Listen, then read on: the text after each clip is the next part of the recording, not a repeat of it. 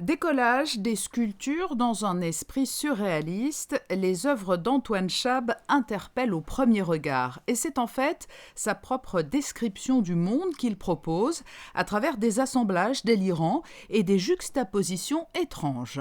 J'ai commencé la sculpture sur bois parce que mes parents avaient une maison de campagne à côté de Marseille, j'habitais Marseille.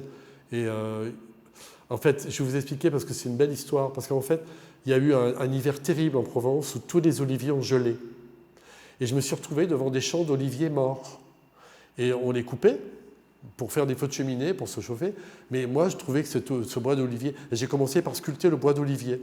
Mais je faisais des petites vierges, j'étais jeune, j'avais 17-18 ans. Et ces vierges, cette inspiration à caractère religieux, se retrouve aujourd'hui encore dans son travail où se mêlent également des bouches omniprésentes et un rouge sang criant. Je vis mon travail un peu comme un côté sacré.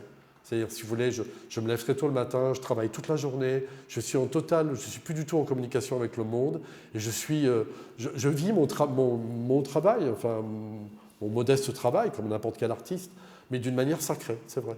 Et j'ai beaucoup de références religieuses, parce que, c'est trop long à développer, mais je suis fasciné par les enlumineurs, je suis fasciné par la Renaissance italienne, mais comme énormément d'artistes, et donc tout ça, c'est un peu mes maîtres mentaux, on va dire.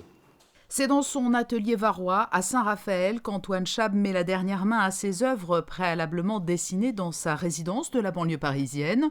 Entre doute et certitude, il se replonge quotidiennement dans les affres de sa mémoire pour y trouver une inépuisable inspiration.